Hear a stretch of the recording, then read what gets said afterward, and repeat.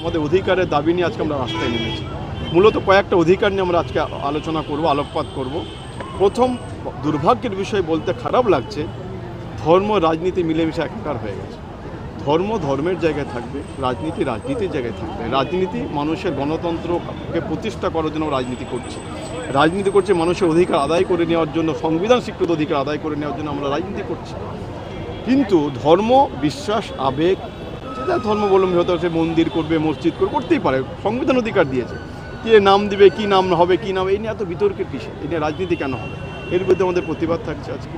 আমরা দেখতে পেয়েছি কোনোদিন বাংলায় যেটা হয়নি আজ অবধি, একজন প্যাটিস বিক্রেতাকে, হকারকে, সে সংখ্যালঘু মুসলমান বলে, পার্টিকুলার আমি কথাটা ইউজ করছি আপনাদের চ্যানেলের সামনে, মুসলমান বলে তার উপরে যেভাবে হেনস্থ দুজন প্যাটিস বিক্রেতাকে যেভাবে মারা হয়েছে বাংলার বুকে, এর বিরুদ্ধে আমাদের তীব্র প্রতিবাদ থাকছে। এবং আমরা দেখতে পেয়েছি একজন মুখ্যমন্ত্রী হেজাব পরা গণতান্ত্রিক অধিকার, সংবিধান অধিকার দিয়েছে হেজাব পড়বে, হেজাবকে একজন মুখ্যমন্ত্রী টেনে হেজাবকে খুলে দিচ্ছে।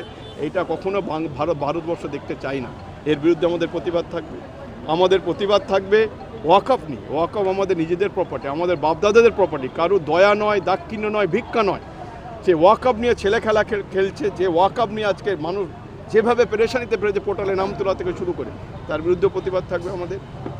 সর্বোপরি আমরা এসআইআর নিয়ে যেভাবে সংখ্যালঘু মুসলমানদের নামকে বাদ দেওয়া হচ্ছে এবং মহামান্য সুপ্রিম কোর্টের যে 11টা এভিডেন্স চেয়েছে তার মধ্যে আধার কার্ডকে বাধ্যতামূলক করেছে, সেটাকেও মান্যতা দিচ্ছে না। তার মধ্যে আমি মনোজ আগরওয়ালের কাছে আমি জানতে চাইব কেন নাম বাদ দেওয়া হয়েছে, কী কারণে নাম বাদ দেওয়া হয়েছে। অনেকে বৈধ ভোটারের নাম বাদ গেছে, আমি নিজে দায়িত্ব নিয়ে বলছি আমরা চ্যানেলের মাধ্যমে।